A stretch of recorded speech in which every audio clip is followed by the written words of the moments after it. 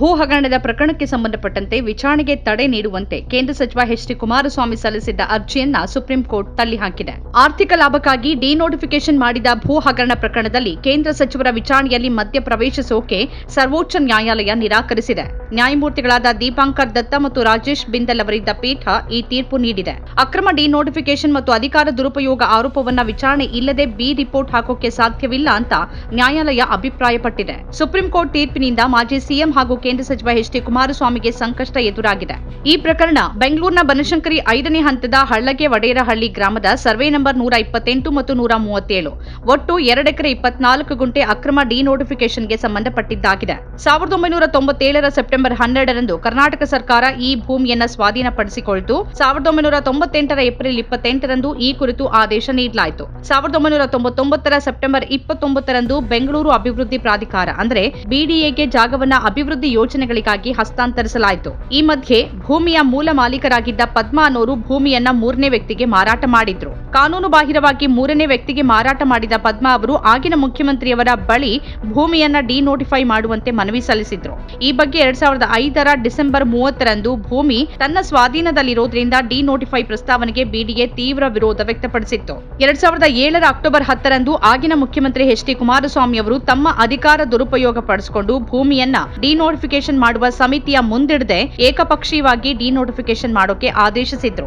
ಈ ಅಕ್ರಮ ಡಿನೋಟಿಫಿಕೇಶನ್ ಆದ ಬಳಿಕ 2010ರ ಮಾರ್ಚ್ 10ರಂದು ಭೂಮಿಯನ್ನ 4.14 ಕೋಟಿ ರೂಪಾಯಿಗೆ 3ನೇ ವ್ಯಕ್ತಿಗಳಿಗೆ ಮಾರಾಟ ಮಾಡಲಾಗಿದೆ. ಜನಪ್ರತಿನಿಧಿಗಳ ನ್ಯಾಯಾಲಯದಲ್ಲಿ ಈ ಕುರಿತು 2012ರ ಜುಲೈ 4ರಂದು ಎಚ್.ಡಿ. ಕುಮಾರಸ್ವಾಮಿ ಅವರ ವಿರುದ್ಧ ಖಾಸಗಿ ದೂರು ದಾಖಲಿಸಲಾಗಿತ್ತು. ನ್ಯಾಯಾಲಯ ಪ್ರಕರಣವನ್ನು ತನಿಖೆ ಮಾಡುವಂತೆ ಲೋಕಾಯುಕ್ತ ಪೊಲೀಸರಿಗೆ ಆದೇಶ ನೀಡಿತ್ತು.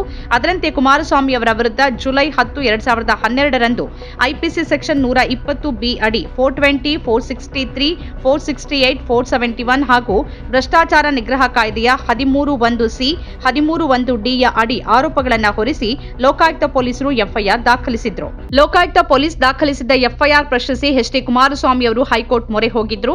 2015ರ ಜುಲೈ 27ರಂದು ಹೈಕೋರ್ಟ್ ತನ್ನ ಆದೇಶದಲ್ಲಿ ಎಫ್ಐಆರ್ ರದ್ದುಪಡಿಸೋಕೆ ನಿರಾಕರಿಸಿತ್ತು. ಮೇಲ್ಮನವಿಯನ್ನ ಸುಪ್ರೀಂ ಕೋರ್ಟ್ನಲ್ಲಿ ಅಕ್ಟೋಬರ್ 3, 2016ರಂದು ತಳ್ಳಿಹಾಕಿತ್ತು. ಆ ಬಳಿಕ ಮೇ 23, 2018ರಿಂದ ಜುಲೈ 23, 2019ರ ಅವಧಿಯಲ್ಲಿ ಕುಮಾರಸ್ವಾಮಿ ಅವರು 2ನೇ ಬಾರಿಗೆ ಕರ್ನಾಟಕದ ಮುಖ್ಯಮಂತ್ರಿಯಾಗಿದ್ರು. ಈ ವೇಳೆ ಅವರು ತಮ್ಮ ಪ್ರಭಾವ ಬಳಸಿ ಪ್ರಕರಣವನ್ನು ಮುಕ್ತಾಯಗೊಳಿಸುವ ಬಿ ರಿಪೋರ್ಟ್ ಸಲ್ಲಿಸಲಾಗಿತ್ತು ಅಂತ ಹೇಳಲಾಗಿದೆ. 2019ರ ಸೆಪ್ಟೆಂಬರ್ 4ರಂದು ಜನಪ್ರತಿನಿಧಿಗಳ ನ್ಯಾಯಾಲಯದ ವಿಶೇಷ ನ್ಯಾಯಾಧೀಶರು ಬಿ ರಿಪೋರ್ಟ್ ಅನ್ನು ತಿರಸ್ಕರಿಸಿ ಎಚ್.ಡಿ. ಕುಮಾರಸ್ವಾಮಿ ಅವರಿಗೆ ವಿಚಾರಣೆಗೆ ಆದೇಶ ನೀಡಿದ್ರು. ಹೈಕೋರ್ಟ್ನಲ್ಲಿ ಸಮನ್ಸ್ ಪ್ರಶ್ನಿಸಿದಾಗ ಪ್ರಕರಣ ಗಂಭೀರವಾಗಿದ್ದು ಈ ಹಂತದಲ್ಲಿ ವಿಚಾರಣೆಗೆ ತಡೆ ನೀಡೋಕೆ ನ್ಯಾಯಾಲಯ ಮಧ್ಯಪ್ರವೇಶ ಮಾಡೋದಿಲ್ಲ ಅಂತ ಹೇಳಿತ್ತು. ತಮ್ಮ ವಕೀಲ ಮುಕುಲ್ ರೋಹಟಗಿ ಅವರ ಮೂಲಕ ಸುಪ್ರೀಂ ಕೋರ್ಟ್ಗೆ ಅರ್ಜಿ ಸಲ್ಲಿಸಿದ್ದ ಕುಮಾರಸ್ವಾಮಿ ಅವರು 1988ರ ಭ್ರಷ್ಟಾಚಾರ ತಡೆ ಕಾಯ್ದೆಯ 2018ರ ತಿದ್ದುಪಡಿಯನ್ನ ಗಮನದಲ್ಲಿಟ್ಟುಕೊಂಡು ಪ್ರಕರಣವನ್ನು ರದ್ದುಪಡಿಸಬೇಕು ಅಂತ ಕೋರಿದ್ರು.